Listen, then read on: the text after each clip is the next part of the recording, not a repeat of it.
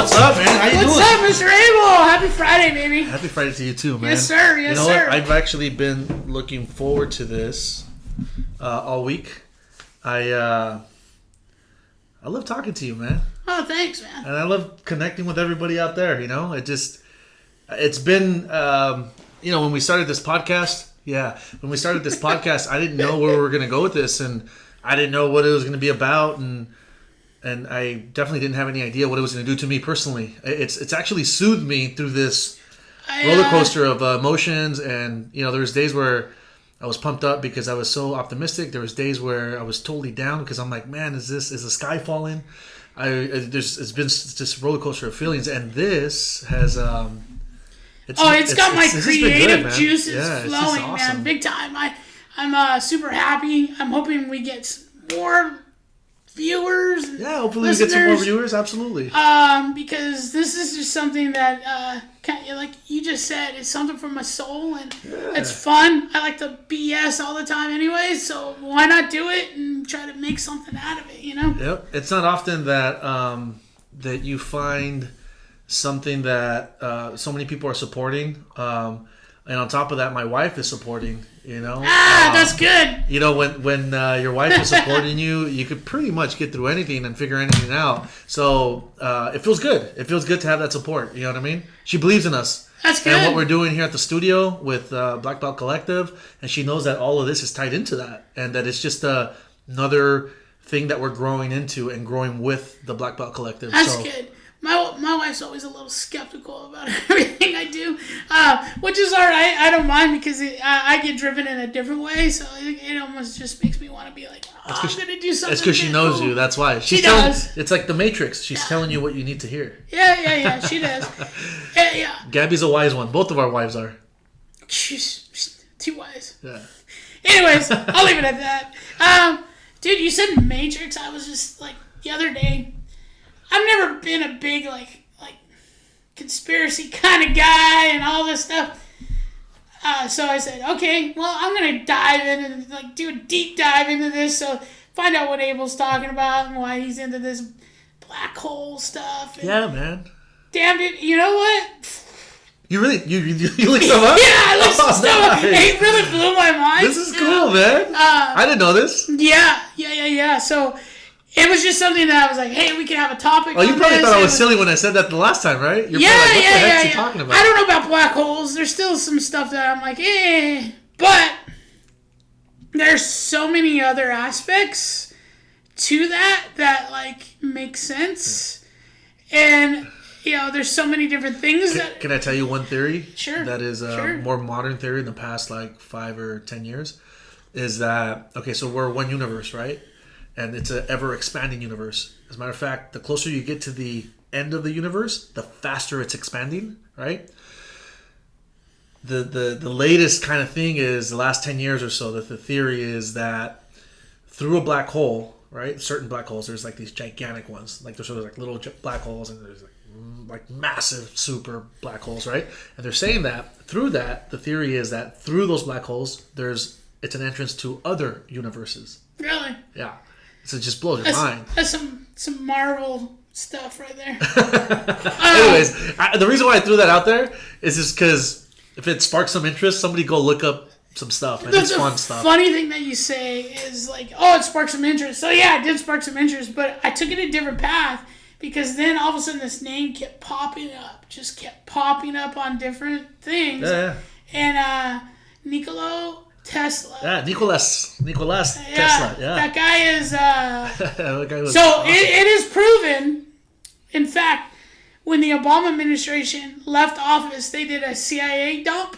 So all this stuff over the past 200 years, they just said, you know what? Let's release this. Let's just do this. Let's piss off the next president and let's just do this.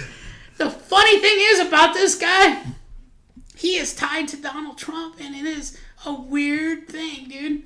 A weird thing. And so... How is he tied to Donald Trump? The guy who... See, I thought I knew about Nichola Tesla. So the I don't guy know this stuff. Who actually... We're going to have to check his sources on all this stuff. Do it. It's Donald Trump's uncle, who was the... I can't remember the name of the part of the CIA, but a certain part, and he was the director of it, and he's basically the one that helped put Tesla out of business.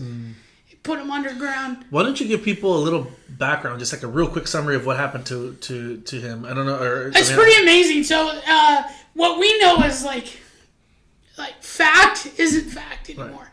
Right. Like Thomas Edison, he's a complete lie. You know. Hold on a second. What do you mean by that? So Tesla is actually the one. Most of his trademarks are behind the light bulb. Thomas Edison stole his trademarks, and he was actually a very good marketer, and he was the one who got the credit for that. Marketer. So he wasn't the guy that came up with it. No, specifically. He had 50 guys that worked for him that helped discover the light bulbs. Just so you know.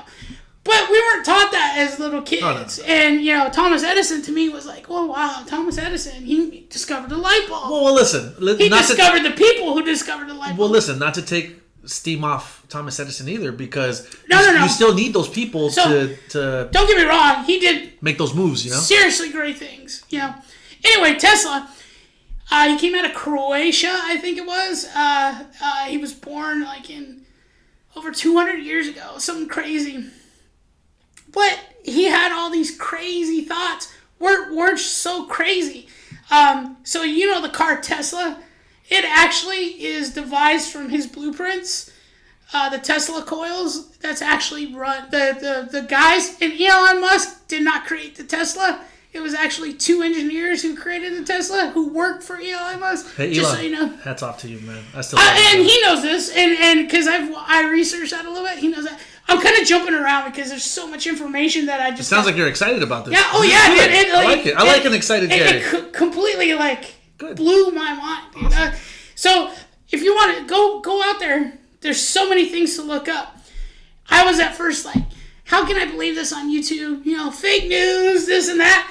But History Channel has actually proven it.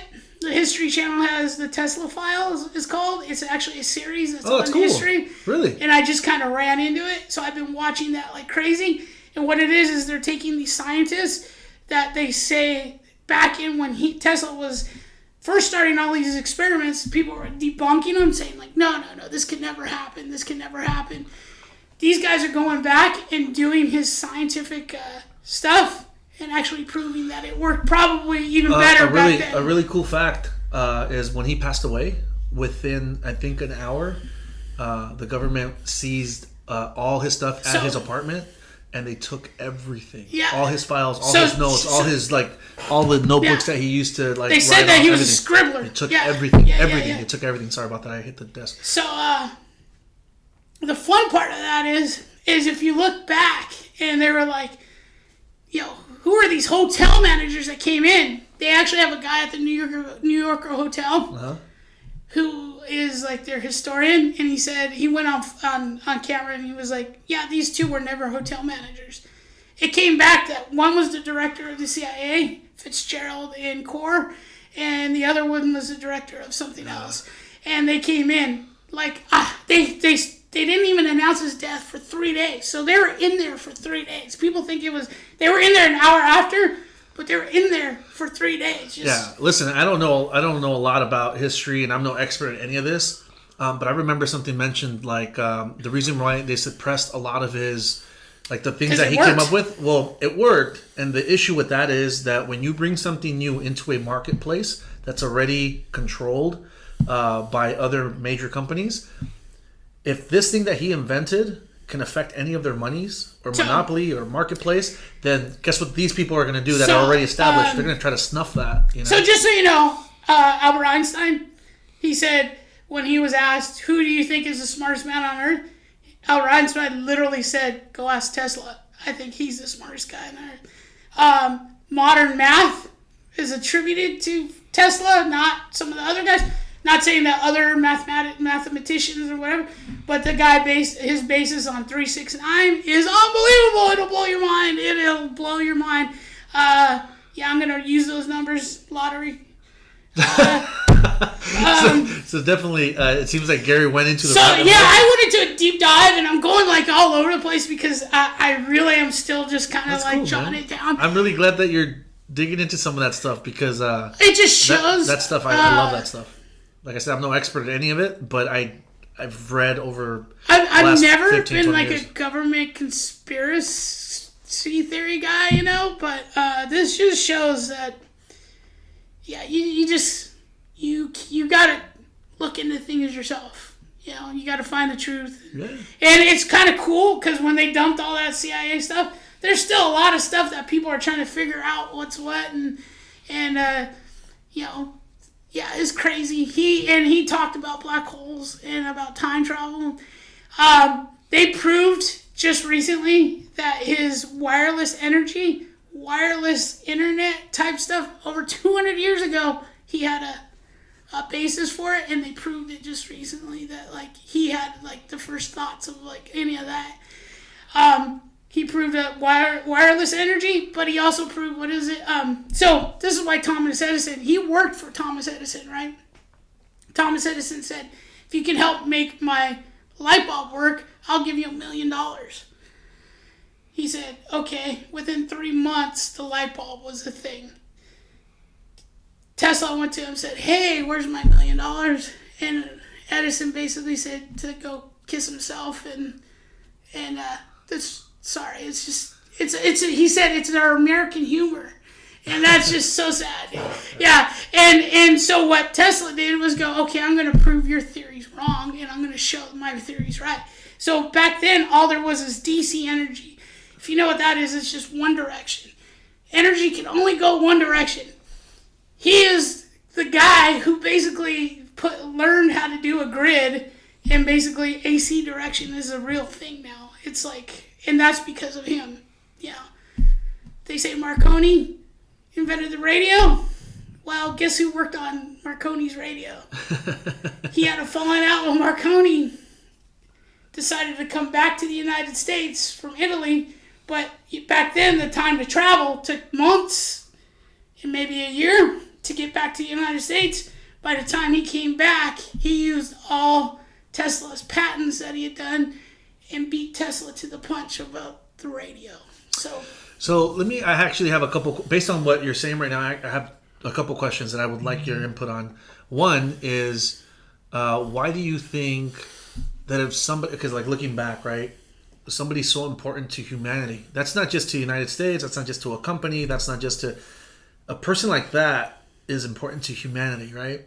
Why us as humans don't see that and protect that and grow that and allow them to work and for the betterment of all humans, right? So there's things. What do you think? I mean, I don't know. What do you think? So there's things that they said that he didn't care about money. He really didn't. That he wanted to make life better for humanity. Right. He wanted to make things good for us to use daily and just to be out there. He just liked his name out there.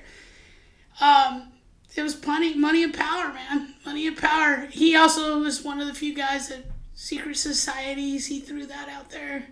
Yeah, this guy has tapped into a little bit of everything that. Yeah, it's a shame to me because I do know his story and I've thought about this by myself before when I was reading all about him and all that. I thought about all the things that he worked on or had touched on that are prominent today in our daily lives now.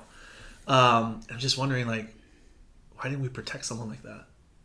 As humans, as humans, forget the countries, just as humans. Why don't we know how to see that potential in someone and protect it and nourish it? How much further would he have gone if he had all the support of, let's say, the United States government, or let's say these entrepreneurs, right, and Thomas Jefferson and all these other people? If instead of just extracting, they said, you know what, I love your output.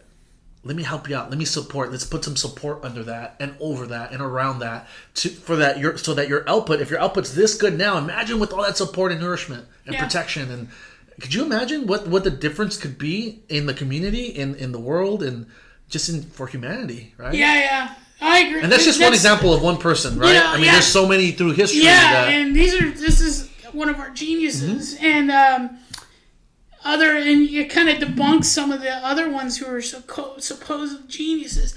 Not that they weren't geniuses in their own, but they weren't serious inventors. They were more like guys who like, oh yeah, I can do that. I'm going to put my money behind you. And there's a time and place for everything. We've spoken about balance. Some of these people that are like taking the credit and all that, I think that the mistake wasn't using those ideas. It might have been how they came about using those ideas and the type of credit they gave or not to people that came up with those ideas, right? Like you were saying in Thomas Jefferson, I think that you would have a different... Thomas Edison. You would have a different... or maybe some people would have a different outlook on him if he said, you know what? Yeah, I was the owner of this company and we had some people behind, like amazing people behind this. And in Tesla and these other people that worked on it, like gave that credit, right? And maybe... the fun part of that, I thought it was... But it's all silent. It's quiet. Nobody talks about it. The man from modern math, dude, Einstein was like, hey, modern math. But he took my math and he gave Tesla credit. It was like, he took my math beyond anything I could ever think of, you know? And part of they collaborated on things. And he was like, Einstein was kind of like how he was like, oh, there could be black holes. There could be like, things could... They were seriously talking about time travel back then, and I was cracking up. I was like, this is where Abel gets his crap. I was like, holy crap. And do I believe, you know, I think you said it best before, where there's smoke, you know, there's fire, but, you know, not always, I don't know how you put it, you know. There's always something true, and there's always something fact. Yeah. It's always gray. This is okay. So we're speaking about science, right? It's empirical. Yeah, and I'm not a scientist by any means. So. Yeah, I'm no expert either. This is just my opinion. Yeah, my opinion is this is just we're talking about we're talking about science, which is considered empirical data, right? These are facts, right? Like scientists work based on facts. To take that a step further, you know, I'm a strong believer in God, and I just believe everything's by design. And, you know, there's mathematics involved. There's science involved. The amount of science that we understand as humans is like a grain of salt, a grain of sand in the beach compared to how much knowledge there is and how to explain all this stuff. We don't even understand quantum physics. We don't understand, you know, things that, in my opinion, might be so simple and rudimentary to God that created all the universe and everything in it and us. Guys, this is just my opinion. I just believe that we set limits on what we were created to be. And that's why, like, I go hard. Like, you've asked me before, like, you have an idea and you just go and you take it and you go. Because I'm a believer that if there's an idea that landed in my head or in my heart, a feeling that I believe in this or that, I go for it because I don't think I'm creating it. I think it's being placed. It's by design. And, that's where my beliefs come so hard at. And then when I start thinking about space and all this other stuff, like, you know, you're talking about time, talking about mathematics, talking about black holes and all this stuff, I just equate it to, man, there's a powerful person behind me, and I'm going to get this done. If he was able to create that, seriously, I'm able to do this. I mean, yeah, I'm becoming like this guy who I didn't think I would, because I started to believe a lot of this stuff. And there's definitely things that happen for reasons and people and elements and you know, everything's connected. I definitely, as I get older, I'm kind of like I'm kind of like before when I was younger, it's like it's all BS. You know, this all, you know, we just live and die, and you know, don't. But the more I think about it, it's just kind of like I'm here. I mean, my paths crossed with this guy 8-9 years ago, and now who would have thought us two out of I could never imagine that. Do you know what I mean? It's like. It's a weird concept. Well, and then think about the last 5 years, what we had to go through to get to this point. Even today, like right now, you're having your beverage there. I'm having my beverage. We're talking. We're connecting with the community. How many things in the last 5 years did we have to go through to get to here? Now, 10 years from now, or before now, what did we have to go through to get right? And then think about 15 years now. Like everything started that far back, right? Oh yeah. This is my 14th, going on 15th year working or training in Krav Maga. Like this conversation started.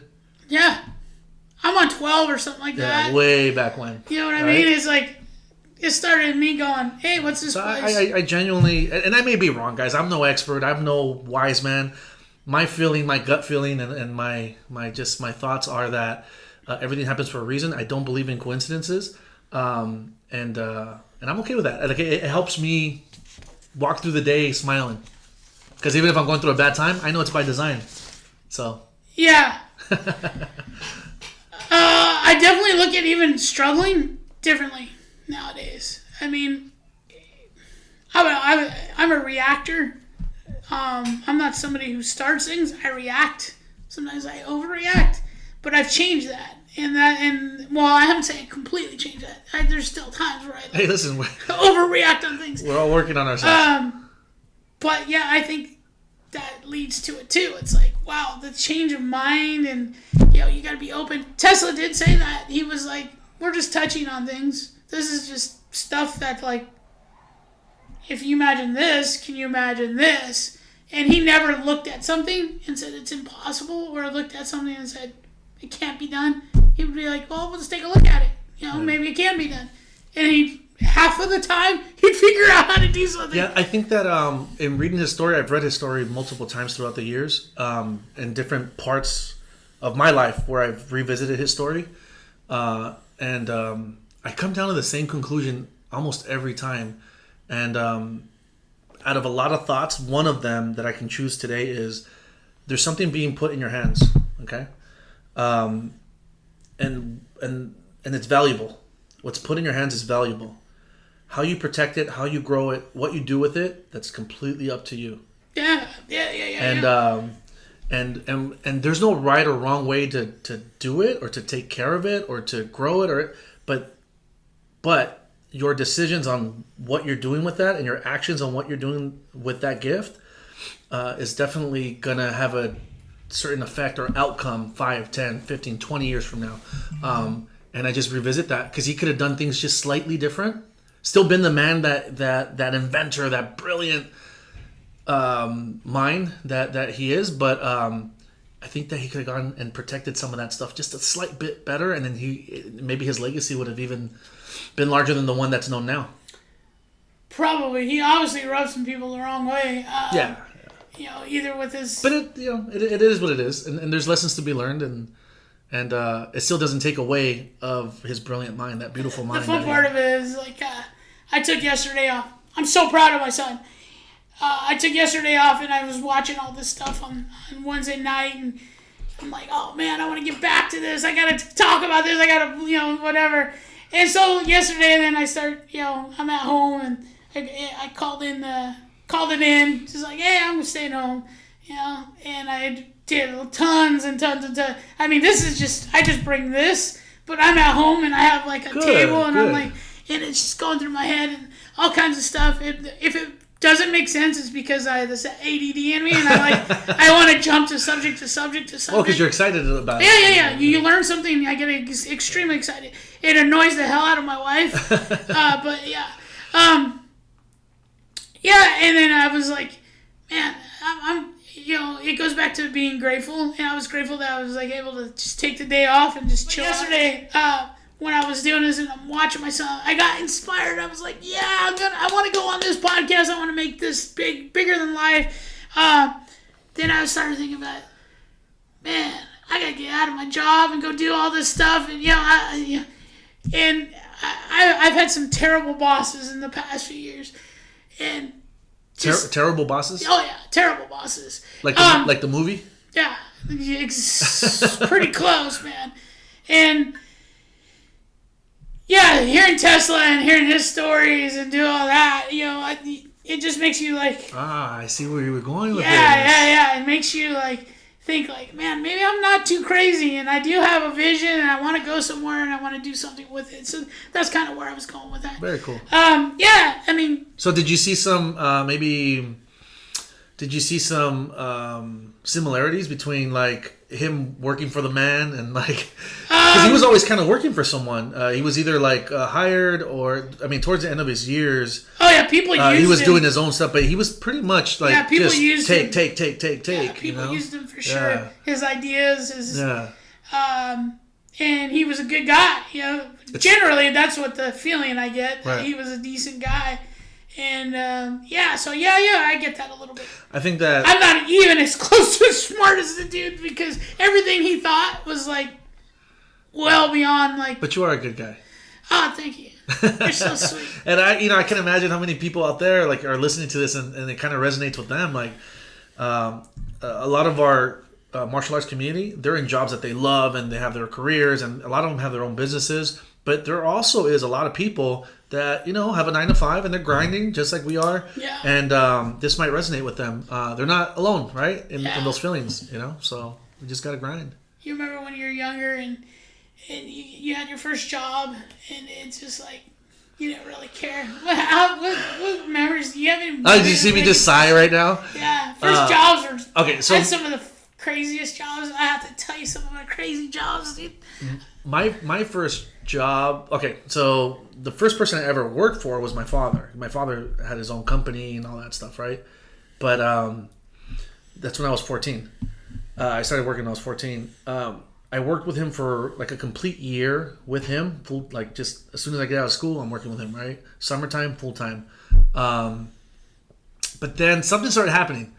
So I was a 14-year-old, and my dad was paying me, and he was paying me like well for a 14-year-old. My mom didn't like that. Oh, really? Yeah, my mom did not like that. Actually, it's funny because I heard the conversation. It was like we got home. And, my dad would make me wear a suit every single day. Really? Every single day to the office. Like, you come to this office, you're the first one to open.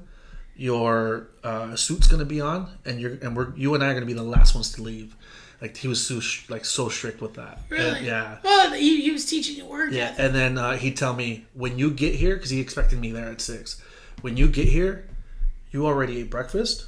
I'm sorry I'm gonna say this, but he'd say you already he's like, you already ate breakfast, you already drank your coffee or orange juice, because he knew that I didn't drink coffee. So he's like, you drink your you have your breakfast, drink your orange juice, and you took your dump. He's like, I don't want you walking in here and taking care of all that. He's like, you're here ready to work. And he was hardcore, man. And so I worked with him for about a year. And then one of these evenings, right after that one of the times we came home, I heard my mom saying, you know what, like talking to my dad, and they thought that I wasn't in like nearby. And my mom says, he needs to learn the value of $1. Yeah. It's like, he's wearing suits. He's 14 years old, and you have him working. That's great. She goes, I'm happy with what he's learning. And my dad's argument was, listen, this 14-year-old is learning about business. He goes to all my corporate meetings. He's sitting at the board with me. He would allow me to sit. And all the other, his partners would allow me, because they could be kind of like, hey, I don't want this kid here or whatever, But none of them, they were all very accepting. And I got to hear adult conversations about business, about working with land, how to build, how to get financing, how to... That's priceless. And then I was like, at the time I just thought it was cool. I get to hang out with my dad. I love my dad, man. I get to hang out with my dad. I get to work with my dad. And that's how I saw it, right? But I didn't know that I was learning all this stuff, And so that was my dad's argument. My mom's argument was, because my parents are immigrants, and we're my brother and I are first generation born here. So my mom was always like a physical, like, you need to learn how to work, and you need to learn how it feels, like what that dollar is in regards to that physical labor, right?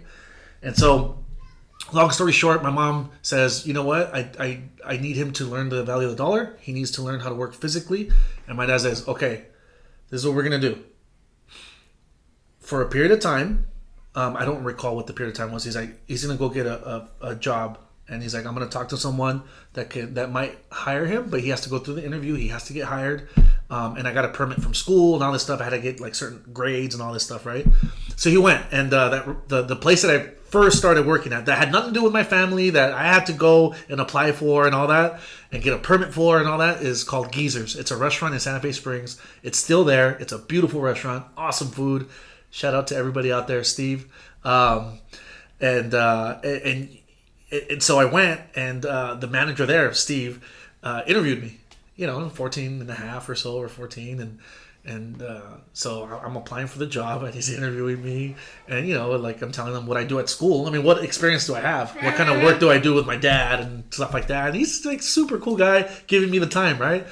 And he says, all right, we're gonna get you as a busboy, and after you learn the ropes as a busboy, we're gonna make you a server. Because I'm a youngster, man, 14 and a half, Cool, I'm excited, man. Like, yeah, he tells me everything. I'll run down. I get back home.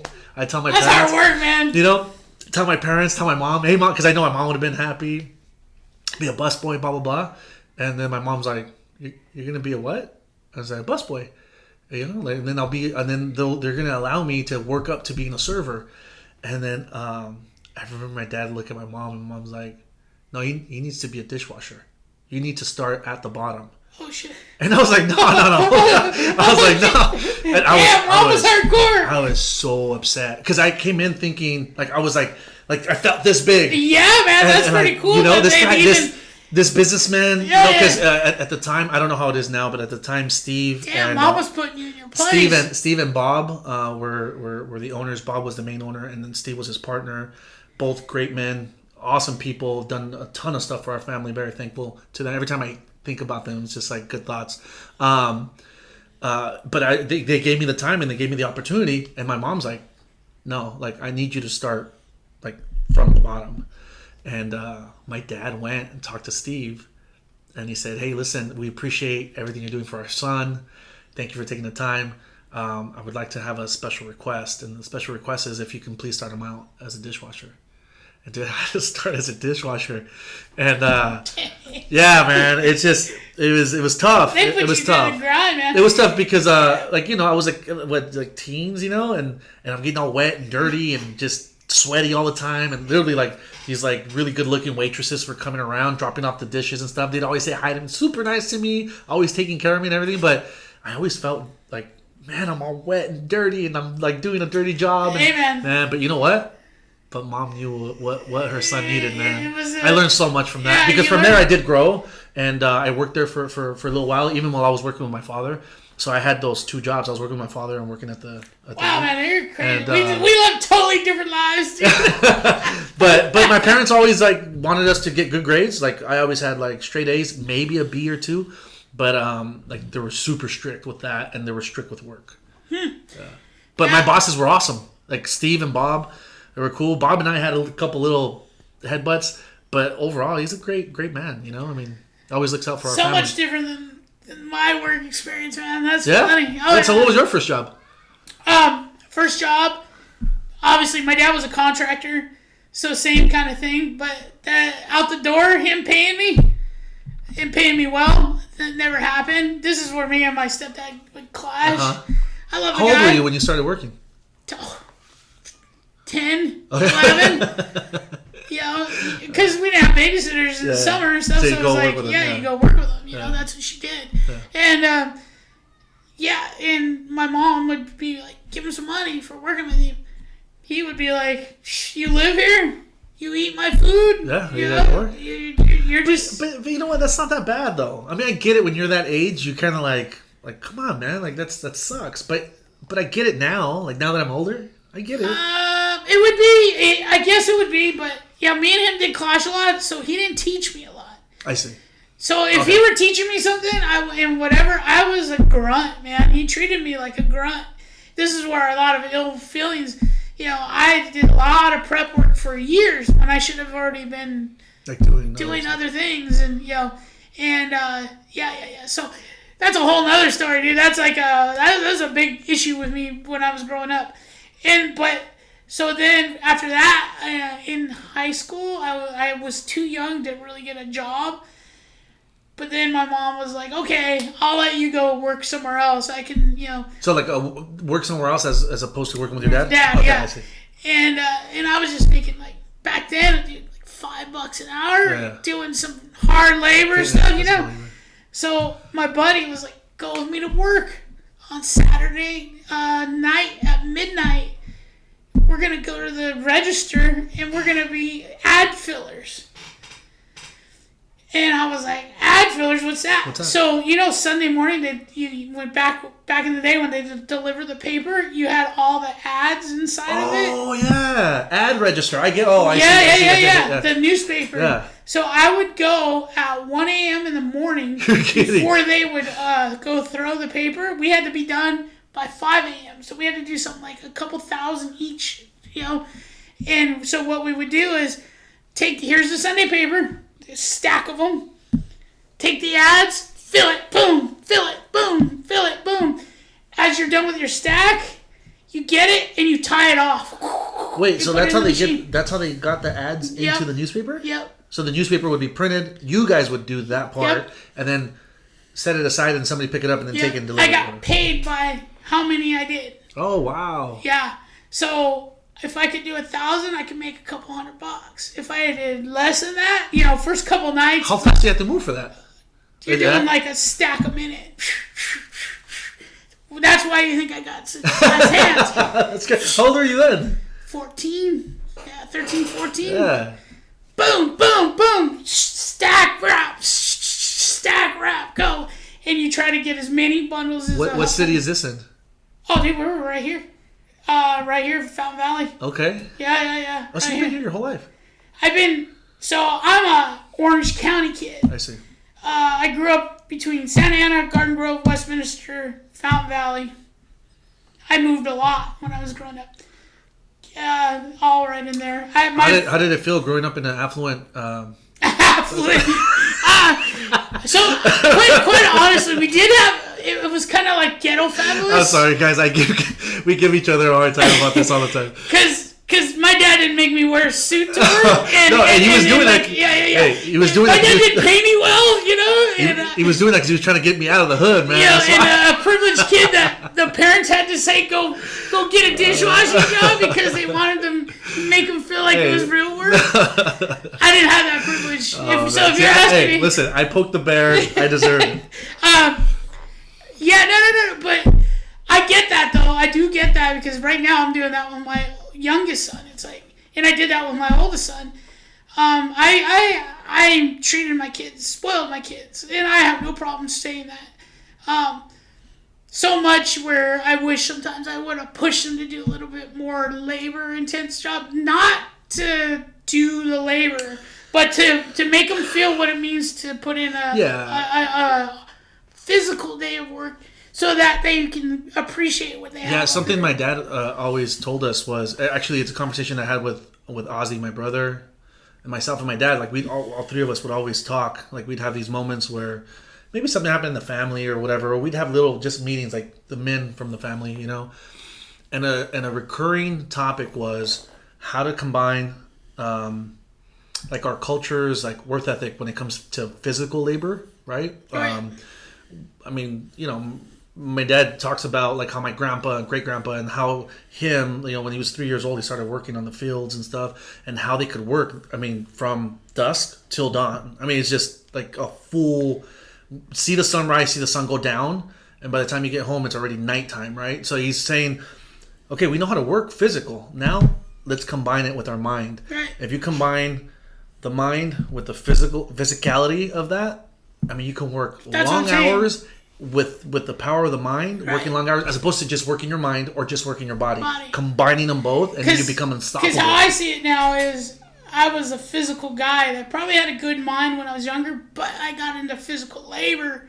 Yeah, you could definitely go different routes, right? Different routes. I agree. I see that now with my kids. It's like they're educated. They're smart kids.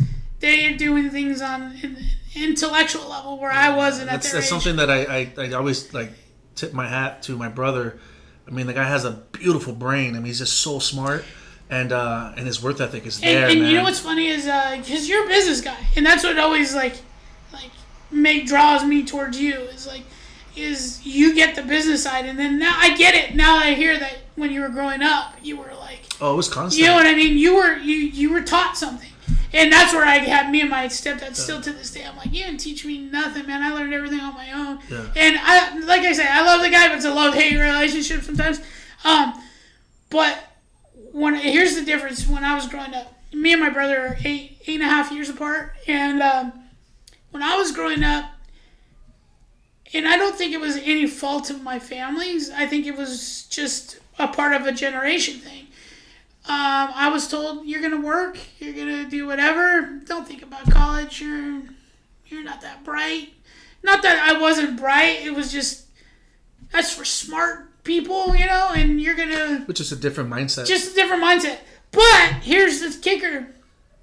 By the time my brother was born, and my mom and dad had finally built up their business and built up their lives, and became a little older, they pushed my brother towards college and education, and he became a good business guy. So, it's not that they did anything wrong with me. It's just different, generation. It was like a different time. It was on like a time slot. Yeah, because you can make a really good living doing physical work. Well, guys, don't be fooled. I mean, you have a great job. I understand that you're not happy or satisfied there now with what you're doing, but you do, compared to the average Joe, have a great job. You earn great. Your wife has an awesome job. She earns great. I mean, you live a good life. If we just have to just kind of look at it, obviously there's details about it that you wouldn't. But truthfully, I mean, you are a very successful person. You have a beautiful family. They all went to awesome colleges, and I mean, so I'm grateful. But I think what I'm trying to say is now that my kids are growing up, I'm trying to input. Hey, man, you're smart. Hey, I did this, so you didn't have to do this. So now that when you get out and you're getting your education, you're now building something that you can love to do and be, from the get-go. Because if you don't like it from the get-go, it's a lot of... My mom would always say, trabajamos como burros. She'd say that, like, we work like donkeys, for you guys to have a better life. And, Gary, even gets me right now because it's like, dude, it's true. Like, they provided everything they possibly could to create windows of opportunity for my brother and I. Yeah. So... a lot of people are always like I've got generations here in Orange County where you're second generation, right? First generation born here. Yeah. I have generations here in Orange County. Yeah. But my grandmother, my mom even, she said that when she grew up here in Garden Grove, Santa Ana, in the 50s, that when she got to high school, there was no working at Jack in the Box or whatever. She was put to work at the field. She didn't have to pick whatever, but she sold strawberries. She was out there. Then by the time she started getting out, to closer in her teens, she was then like, hey, cool, Disneyland's hiring for custodial and whatever. And my mom would tell me those were the jobs available because that's who we were and that's what it was, And then she got her cosmetology license, became hair, and she did cool things. She was a cool person. And so was my dad, just different ways. Right. And so I guess where it came to this is like, it's like, oh man, when I hear these stories, it shapes your lives. It does. Sends you in different directions. It does. I'm hearing that like you would bump heads with your pops when you were younger. I mean, now it's a different relationship, but back then. For me, so I think I would bump more heads with my mom. Sounds like it. And my dad was more like the counselor. Yeah. And it's not completely fair either to my mom because it's almost like my mom was trying to mold me, mold my brother in a specific way where we wouldn't be at a disadvantage when we're older, right? But when you're younger, you just think. That she's on you, or she's on, you know what I mean? Yeah. And at my age now, I look back and I'm just like, dude, she loved me so much that she would rather bump heads with me or push me in that way because she saw that maybe if I didn't have that push, maybe I wouldn't become something. You know? So remember this because he's at an age where he sees that now, and his parents are still young, and he's still enjoying his parents. I don't get that. My mom was definitely that one who was an encourager, the one who was like, well, this is happening for a reason. She was pretty wise, know? And so, I get that, dude. I totally get that. As you get older, you kind of... And even today I dropped off Jimena and Luca, and I want to give her a hug and a kiss, and I can't. Like, it's this whole pandemic thing. It's and I just told her, I love you, Mom, and I just, walked out. But I was just like, man, I was just, I want to hug her, and but then you think about these things and how you're molded, and you needed both sides. You needed that. You did need both sides. You do. It shapes who you are. Yeah, you needed it. It's funny though because we all equally love our kids, but you can definitely tell there's always a relationship. Like it sounds like you and your dad have a really close relationship. Yeah, we do. And that was me and my mom. Yeah. And my brother with my mom. That's interesting, right? Yeah. But at the same time, my my brother's a little closer to my dad than I'm closer to my dad. And in my does your brother family, does your brother work with your dad still? Like, no. Oh, I thought my brother does. He's in business. He works for Speedo. Oh, really? Yeah, he's their we gotta get VP you in buying. We gotta get you on in a Speedo. And, I'll put a Speedo on. do a podcast with you this. kidding me? Let's do it. No, I'm good. I don't like how I look, but I got no shame, dude. I got no shame. I mean, I'll do anything for a little bit of a laugh. My understanding was that, at least what I thought was that your dad and your brother had grown the business. No. My dad wanted my brother to take it over. Oh, I see. But your dad still does his business, right? Yeah. Okay. Well, he's semi-retired. Okay. But my brother, smart guy, financial guy, so he went and he's worked for Quicksilver and so he's working like big brands, Thrasher Speedo, and Huff and what is it, Hurley. We should pick his brain a little bit about our branding, man. I try to. You know how it is with brothers. I mean, they want to give advice, but they want to give you their advice, and I will. I always do, in one way or another. I'm the big brother. He always says that he's the big brother now, and I'm the little brother. But hey, whatever. Anyways, but yeah, so it was just interesting. This whole topic, right, today is like just kind of out there, right? Yeah, it's cool though. But I mean, it's funny that you brought up bosses. Because even the bad ones, like maybe even the bad ones teach you bigger lessons. I do think actually, I do think having bad bosses has taught me I got an edge over people because I can handle things a little different than people. It could become really toxic though. It's toxic. It definitely. And sometimes you just gotta.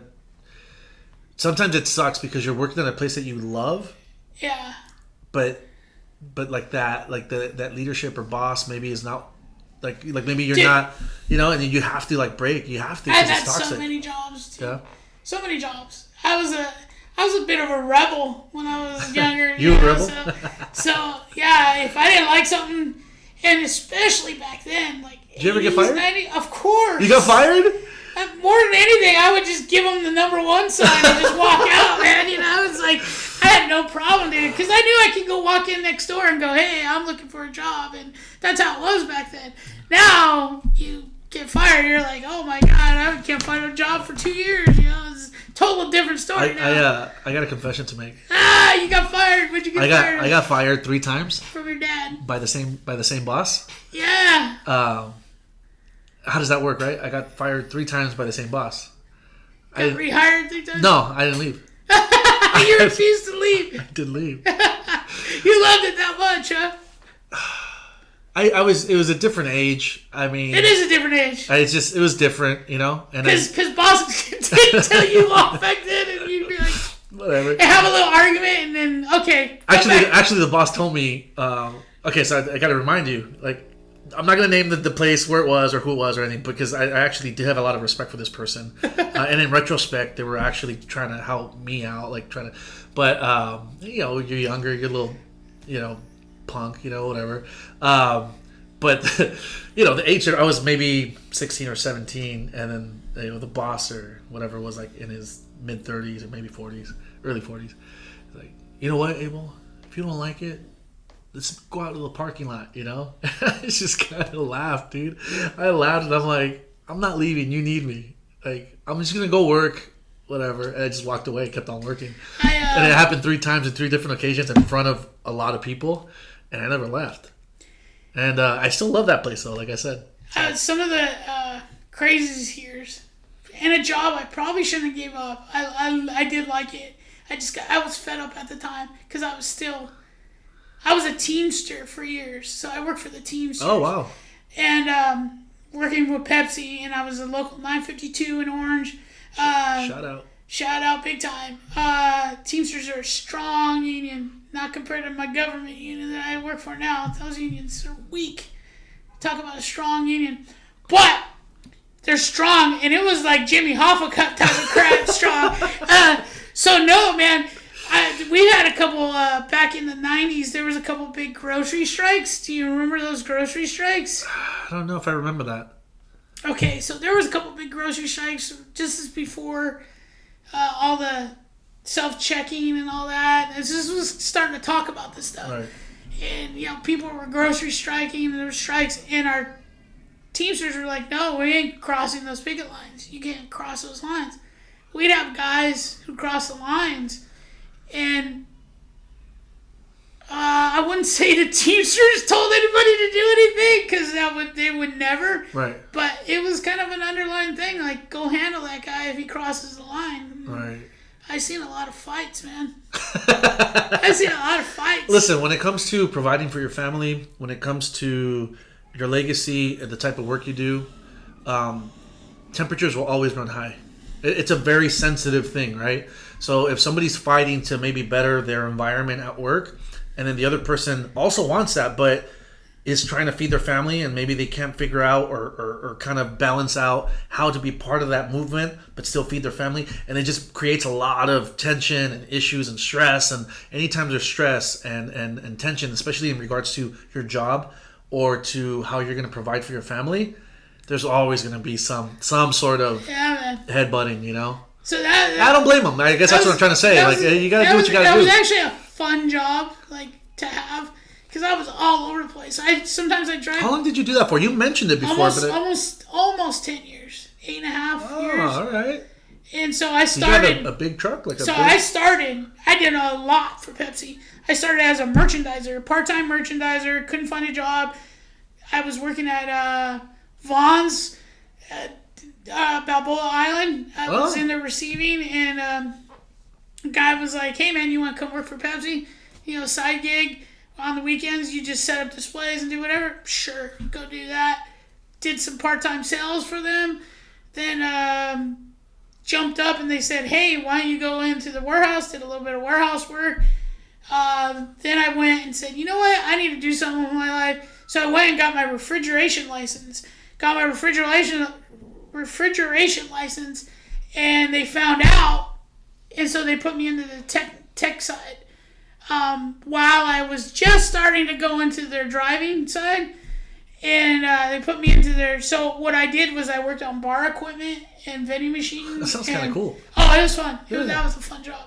That's how I told you I saw all these concerts. Yeah. Because I was part of I would be part of the concert team. Oh, now it makes sense. And I would go. So I was like, how do you go to so many concerts? And I would go and I would set up their. And then you could stay? And I could stay because they'd want somebody in case something went down. Oh, then you could right away. Boom, yeah. And me, the beer guy, would hang out. And that's awesome. They always have a beer guy there. I always try to get on the beer job. If you can get a beer job, those are the best jobs. Nobody leaves those jobs. That's why. Get a beer job if you're. Really? Yeah.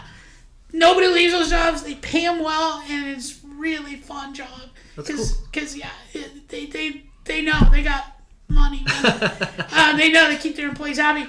But anyways, I was there for 8.5 years, and I did a little bit through everything.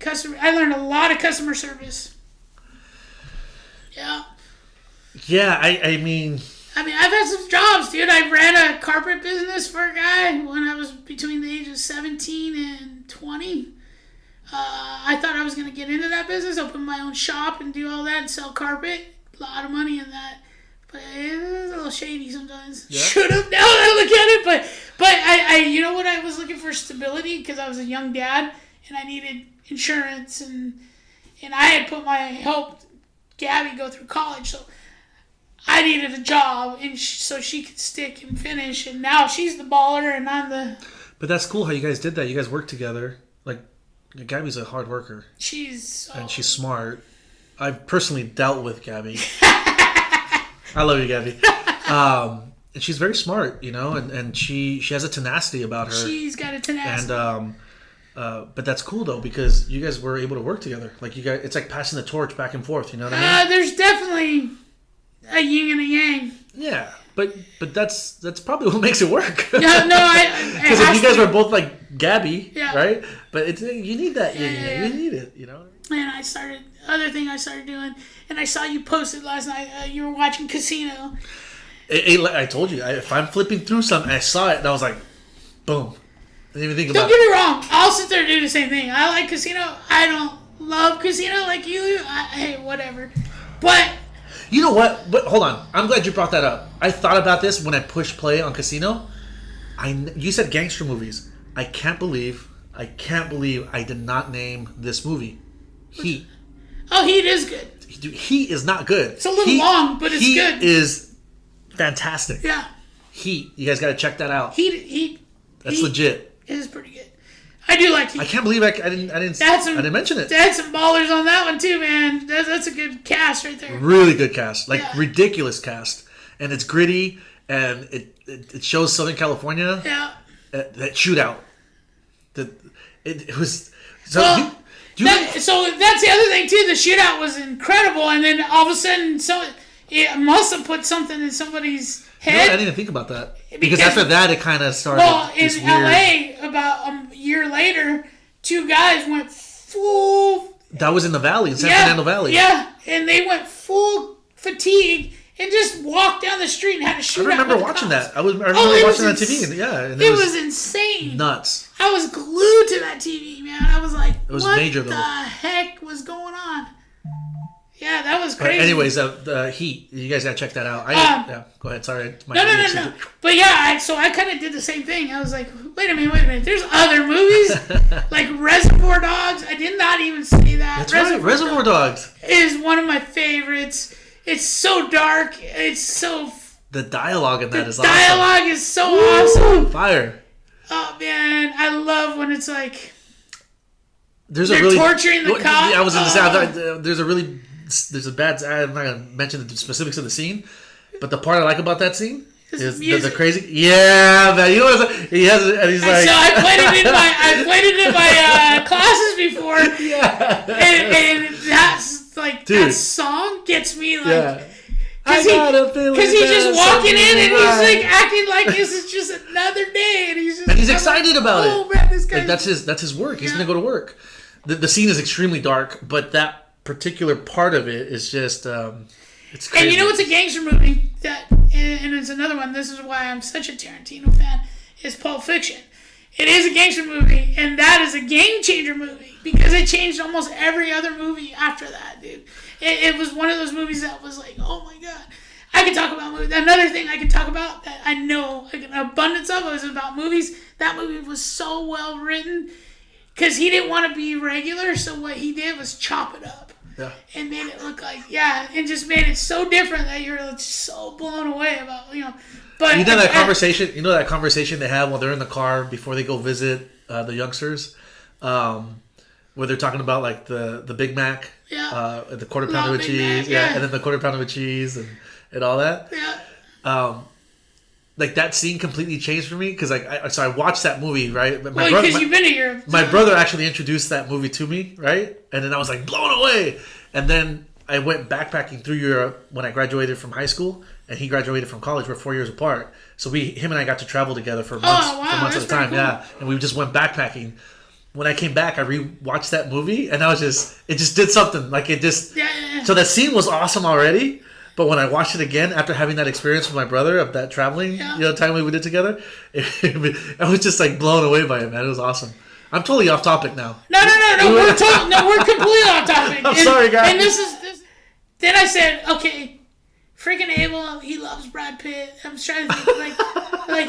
I haven't admitted that out loud, though. You did. You admitted in the last podcast that you love Brad Pitt. I told you guys after the podcast was over. Oh, yeah. Okay, maybe you did. You asked me about my man card. Yeah. What would provoke my man card? And I said, you know what? What I really should have mentioned was I absolutely love Brad Pitt movies. I was trying to think, too. And you and Christina were laughing at me. I was sitting there going, Brad Pitt movies, okay. Trying to debunk, like...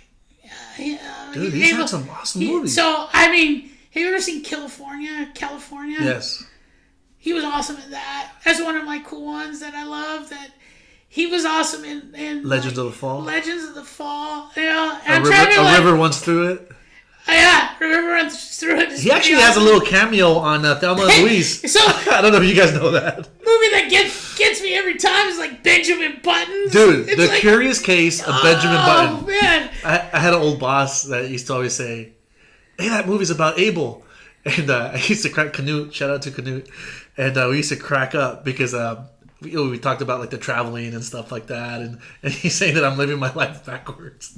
So you probably were. It's so funny, dude. You probably were. Yeah, so I started thinking about movies, and I'm kind of thinking that we're probably going to end up talking more about movies. I know, because it's easy to talk about when you like. Or we just need a separate podcast about movies. Yeah, because I could talk all day about movies. Literally, me and Shane, my youngest son, just argue about movies all day. Troy, Brad Pitt, See, I wasn't Troy. super enamored with Troy, but it was a good movie. There was a couple of scenes in that movie that just really stood out to me. Like when in the beginning when that monster warrior is challenging the king. And then I went in and I was like, what else has he been in? And Legends of the Fall. Legends of the Fall. Did I say? I keep on saying that because it's just that movie is. That movie's good. Dude. That movie is one of those ones where I can watch it and I'm like, oh, that was pretty good. And even though I watched it like 1,000 times, I still cry. Oh yeah. I do. Yeah. It's one of those movies that gets you. It's a brother movie. It's a family. That's a brother movie. It's a. Yeah. It's a warrior. Like that guy was just a warrior. Yeah. You know all about that here. Yeah. So yeah, I started looking at that. And he did a couple British movies for Guy Ritchie. Interview with the Vampire. Interview with the Vampire is a good movie. Very good movie. Yeah. And that's a really kinky movie too. It's gritty enough and it's smooth enough and it's a great story. Movie, it's a great story though. It's a good movie. It's a long one too, but whoever was it Antonio Banderas? Is in that. Dude, he kills it too, man. Armand. It's one of his first American. He kills it on that one, man. That, in fact, from there, Tom Cruise. Tom Cruise. I'm just thinking about the cast on that one. That one's like an amazing one. Kirsten Dunst is a little girl. Yeah, she kills it too. There's a couple other people too in there that are like you look at them now and like, oh, they're huge stars. That like. Oh, who was the reporter? Monster star too. Yeah. So there's a lot of them that like that. Anyways, Brad Pitt movies, man. Yeah, Brad Pitt. So that's where I'm like, I was. Whoa, was it? Whoa. 8 Monkeys? 8 Monkeys is good with Bruce Willis and Brad Pitt. Brad Pitt. Yeah, that's good. He's a little crazy on the movie. That's where I was thinking you were going with your black holes and stuff like that. It was like 12 Monkeys type stuff. 12 Monkeys, man. Yeah, Brad Pitt. And then Once Upon a Time in Hollywood, dude, the guy's 56 years old, takes off his shirt in that movie, and I was like, that's Brad Pitt. Seriously, dude, 56 years old, looking like that is just ridiculous, dude. I'm 48, looking, oh, jeez. You look fantastic. Hey, you need to have a little bit of everything you know what? in life, you know? I'm in shape. Round is a shape. It is a shape. I'm in shape. You know what's really cool? What I'm learning is, so before I would sit, after we were done, when I edit, I would have to go through, like, really just go through everything, fine comb. Now I'm making mental notes of what I'm going to edit out before. Edit this volcano, man. You're just like, you can't hold it, man. You just go. I can't hold That's awesome. That's what I like about you. I told you I'm a reactor. When something sets me off, I get like, I like you, man, but you're crazy. Stuff I need to talk about, so. Simpleman0707 on IG. Gary H72 on IG. We love you guys. Thank you for lending an ear and clicking like below. Click like. Helps us out. Give us some feedback. Yeah, and gives us feedback. Yep. All right, guys. Love you. See ya.